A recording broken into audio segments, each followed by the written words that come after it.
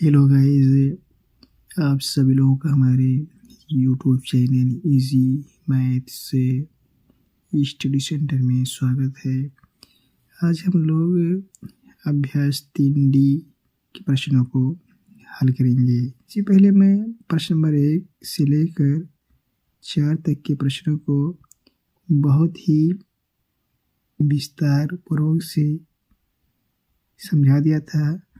आज हम लोग प्रश्न नंबर 5 से लेकर 7 तक के प्रश्नों को हल करेंगे।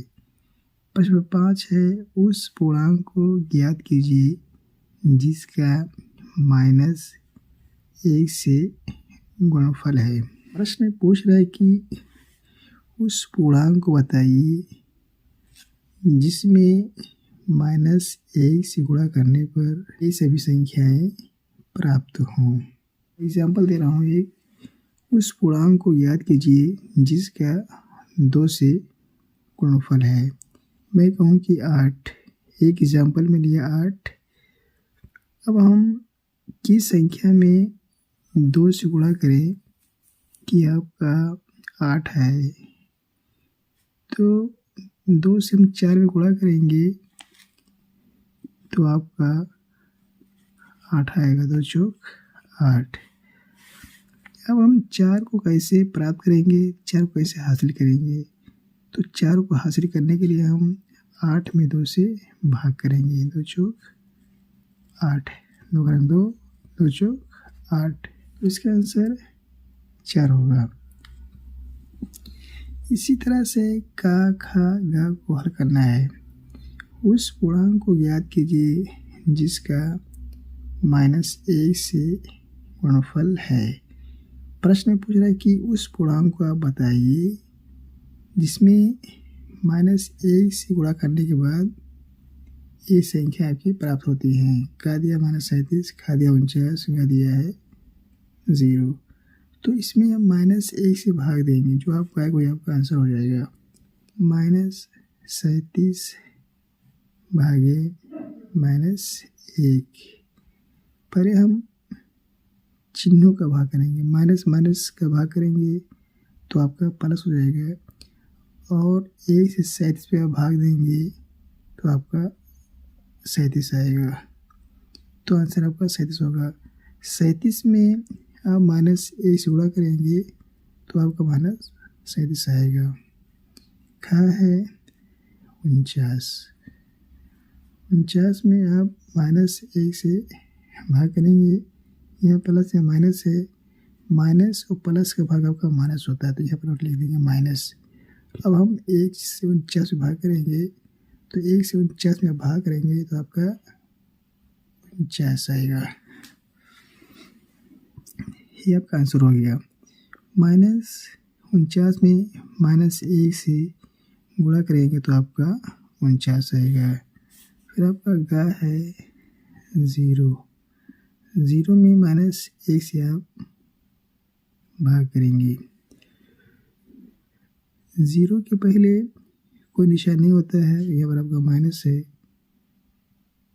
तो 0 के पहले हम माइनस या प्लस निशान नहीं लगा सकते हैं, क्योंकि जो आपका 0 होता है उसके पहले माइनस या प्लस निशान नहीं होता है। 1 से आप 0 भाग देंगे, 1 से आप 0 भाग देंगे तो आपका 0 आएगा। ये आपका आंसर हो गया। क्वेश्चन नंबर 6 है, उत्तर के 4 विकल्पों में से सही उत्तर बताइए। यह हुआ है छोटे कोष्ठक के अंदर 3 प्लस 2 कोष्ठक बंद गुणे 7 का मान है। यहाँ पर 4 विकल्प दिए हुए हैं, इन चारों में से एक आपका सही है। इसको हम लगाएंगे उत्तर 6 का। यह आपका प्रश्न दिया हुआ है 3 प्लस छोटे कोष्ठक के अंदर गुणे 7 बराबर छोटे कोष्ठक के अंदर 3 प्लस 2 कोष्ठक गुणे 7। इसका मतलब यह है कि 7 से 3 में और 2 में गुणा। जब कोष्ठक के बाहर कोई संख्या लिखा होता है और गुणा का निशान रहे या ना रहे, तो इसका अर्थ ये होता है कि उस संख्या का कोष्ठक के अंदर में सभी संख्याओं का गुणा। 3 में 7 से गुणा करेंगे और 2 में 7 से गुणा करेंगे। इसको लिखेंगे 3 गुणे 7, प्लस से प्लस लगा देंगे, फिर 2 में आप 7 से गुणा करेंगे। तो आपका विकल्प 3 है दिया हुआ, 3 गुणे 7 प्लस 2 गुणे 7, तो यह वाला विकल्प आपका सही है। तो लिखेंगे विकल्प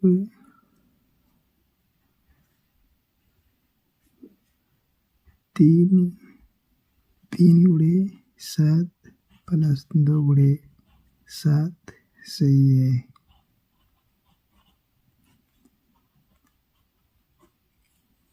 फिर प्रश्न नंबर 6 दिया है। प्रश्न नंबर 6 खा, छोटे कोष्ठक के अंदर 3 - 2 कोष्ठक गुणे 6 का मान है, इसका मान निकालना है। प्रश्न नंबर का की तरह से, तो इसको मान करेंगे छोटे कोष्ठक के अंदर 3 - 2 कोष्ठक गुणे 6 बराबर 6 से इसमें गुणा करेंगे और 6 से हम 2 में गुणा करेंगे। 3 गुणे 6 माइनस हमारे लिए देंगे 2 गुणे 6। यहाँ पर आपको दिया हुआ है 3 गुणे 6 माइनस 2 गुणे 6, तो विकल्प आपका 1 सही है। नीचे आप लिखेंगे विकल्प 1 सही है। प्रश्न 6 का दिया हुआ है, छोटे कोष्ठक के अंदर -8 गुणे छोटे कोष्ठक के अंदर -5 का मान है। यहाँ पर -8 में -5 से गुणा करना है, तो -8 गुणे छोटे कोष्ठक के अंदर -5 बराबर, पहले हम चिन्हों को गुणा कर देंगे, माइनस माइनस गुणा करेंगे तो आपका प्लस हो जाएगा। प्लस यहाँ पर लिखने की जरूरत नहीं, क्योंकि हर संख्या के पहले प्लस निशान छिपा रहता है। 5 × 40, यहाँ पे आपको दिया है 40, विकल्प 2, तो विकल्प आपका 2 सही है। प्रश्न 6 का 3 ऋणात्मक पूर्णांकों के गुणनफल में एक धनात्मक पूर्णांक से गुणा करने पर गुणनफल का चिन्ह है। यह कह रहा है कि 3 ऋणात्मक पूर्णांकों के गुणनफल में एक धनात्मक पूर्णांकों से गुणा करने पर गुणनफल का चिन्ह है। यहाँ पर यह पूछना चाहता है कि 3 ऋण वाले पूर्णांक हों और उनका आपस में गुणा किया जाए, और फिर गुणा करने के बाद जो आए उसमें प्लस वाली संख्या से गुणा किया जाए, तो आपका आंसर क्या होगा। जैसे -2 गुणे -3 गुणे -5, अब इसमें प्लस वाली संख्या से आप गुणा कर दीजिए। 6 ले लीजिए, आप कोई भी संख्या ले सकते हैं बराबर। तो पहले हम चिन्ह को गुणा करेंगे, माइनस माइनस से गुणा करेंगे तो प्लस हो जाएगा, और प्लस माइनस गुणा आपका माइनस होगा। तो 2 × 6, 6 × 5 = 30, -30 होगा गुणे 6, यह प्लस है, माइनस प्लस गुणा आपका माइनस होगा। 6 × 0 = 0, 6 × 18, तो -180 आएगा। तो 3 ऋणात्मक पूर्णांक के गुणनफल में एक धनात्मक पूर्णांक से गुणा करने पर गुणनफल का चिन्ह आपका ऋणात्मक होगा। विकल्प आपका तीसरा सही होगा, ऋणात्मक, यहाँ पर सही है। प्रश्न नंबर 7 है, निम्नलिखित में सत्य अथवा असत्य बताइए। नीचे कुछ कथन दिए हुए हैं जिनमें कुछ सत्य है कुछ असत्य है। जो सत्य है उसके सामने सत्य लिखेंगे और जो असत्य है उसके सामने हम असत्य लिखेंगे। नंबर 1 है, 5 ऋणात्मक पूर्णांकों का सतत गुणनफल धनात्मक है। यहाँ पर यह कह रहा है कि अगर 5 ऋण वाली संख्याएं हों और उनका आपस में गुणा किया जाए तो जो उत्तर आएगा आपका धनात्मक आएगा, तो यह असत्य है। 5 ऋण वाली संख्याओं को हम आपस में गुणा करेंगे तो उसका जो आंसर आएगा ऋणात्मक में आएगा, धनात्मक में नहीं आएगा। एग्जाम्पल ले लीजिए आप, -2 गुणे -1 गुणे -3 गुणे -4 गुणे 1 2 3 4 -5। हमने यहाँ पर 5 ऋण वाली संख्याएं लिया है। अब इनका आपस में गुणा करेंगे।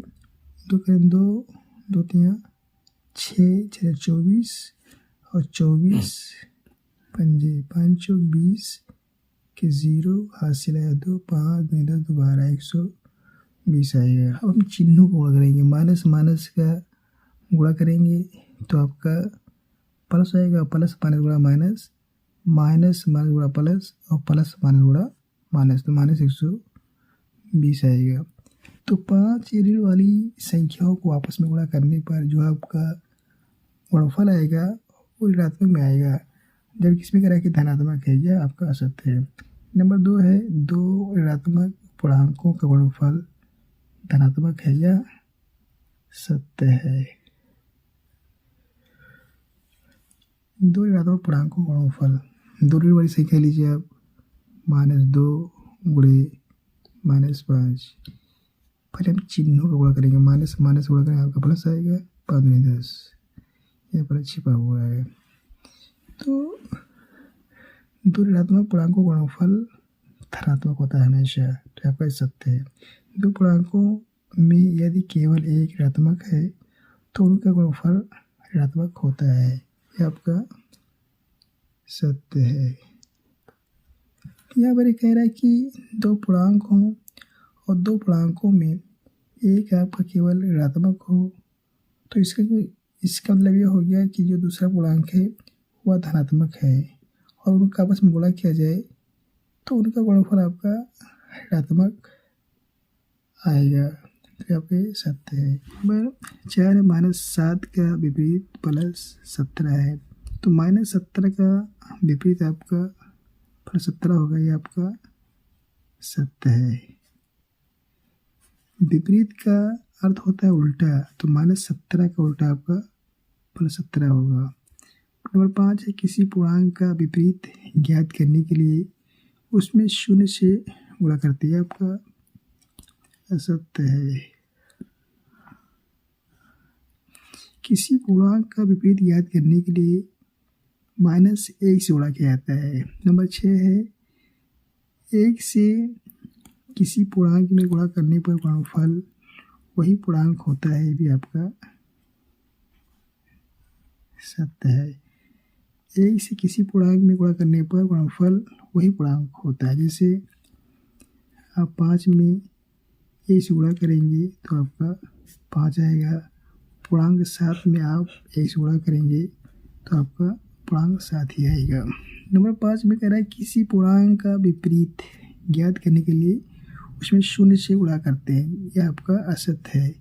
किसी पूर्णांक का विपरीत ज्ञात करने के लिए उसमें -1 से गुणा किया है। जैसे मैं कहूँ कि आप 5 का विपरीत बताइए, तो 5 का विपरीत 5 का उल्टा आपका -5 होगा। तो 5 का विपरीत मालूम करने के लिए हम -1 से गुणा करेंगे। यह प्लस है, ये माइनस है, प्लस माइनस गुणा आपका माइनस होगा, 1 बचे 5। तो 5 का विपरीत आपका -5 होगा। मैं कहूँ कि -7 का विपरीत क्या होगा, तो -7 का विपरीत मालूम करने के लिए -1 से गुणा करेंगे बराबर। पहले हम चिन्ह गुणा करेंगे, माइनस माइनस गुणा आपका प्लस हो जाएगा, 1 7 7। तो -7 का विपरीत आपका 7 होगा। तो कहने का मतलब ये है कि किसी भी पूर्णांक का विपरीत मालूम करने के लिए, उल्टा मालूम करने के लिए -1 से उस पूर्णांक में गुणा किया जाता है। मैं आशा करता हूँ कि आप सभी लोग इन प्रश्नों को अच्छी तरह से समझ गए होंगे। अगर आपको इस वीडियो से फ़ायदा हुआ हो, लाभ हुआ हो, तो आप वीडियो को लाइक शेयर करें और अगर आप चैनल पर नए हैं तो चैनल को सब्सक्राइब कीजिए। Thank you very much. जय हिंद भारत।